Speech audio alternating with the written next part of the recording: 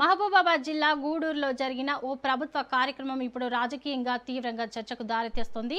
Smart ration కార్డుల పంపిణీ కోసం ఏర్పాటు చేసిన అధికారిక ఫ్లెక్సీలో మంత్రి కొండా సురేఖ ఫోటో లేకపోవడం కలకలం రేపుతోంది. అధికార పార్టీ ఎమ్మెల్యే మురళీ నాయక్ పాల్గొన్న ఈ కార్యక్రమానికి సంబంధించిన ఫ్లెక్సీలో జిల్లా మంత్రి సీతక్కతో పాటు ఇతర మంత్రుల ఫోటోలకు చోటు దక్కింది.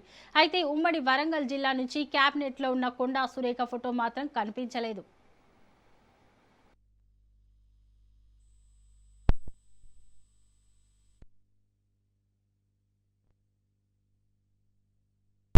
మనం ఎప్పటి నుంచో ఎదురు చూస్తున్నటువంటి రేషన్ కార్డుల ప్రక్రియ. గతంలో మీకు రేషన్ కార్డుల బుక్కులు ఉండేవి. ఆ బుక్కులో పేర్లన్నీ నమోదు చేసుకొని అందులో కొన్ని పేర్లు వాస్తవానికి నీళ్లు పడ్డాక అన్ని డిలీట్ అయిపోయి చాలా వరకు మాన్యువల్ చేతులతో రాసినాయి.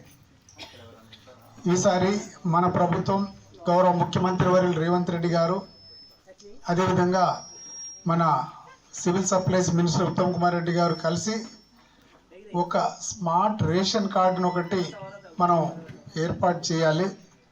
అది ఆర్టిఫిషియల్ ఇంటెలిజెన్స్ ద్వారా, ఏఐ ద్వారా దాన్ని ఏర్పాటు చేస్తే ఇంట్లో ఎవరైతే మన తల్లి గృహిణి ఉందో ఆమె పేరు మీద రేషన్ కార్డు, అదేవిధంగా భర్త పేరు, భర్తకు సంబంధించినటువంటి డీటెయిల్స్ కూడా, ఒకవేళ కనుక వృద్ధాప్య పెన్షన్ ఎలిజిబుల్ అయితే వృద్ధాప్య పెన్షన్ ఎలిజిబుల్ అని,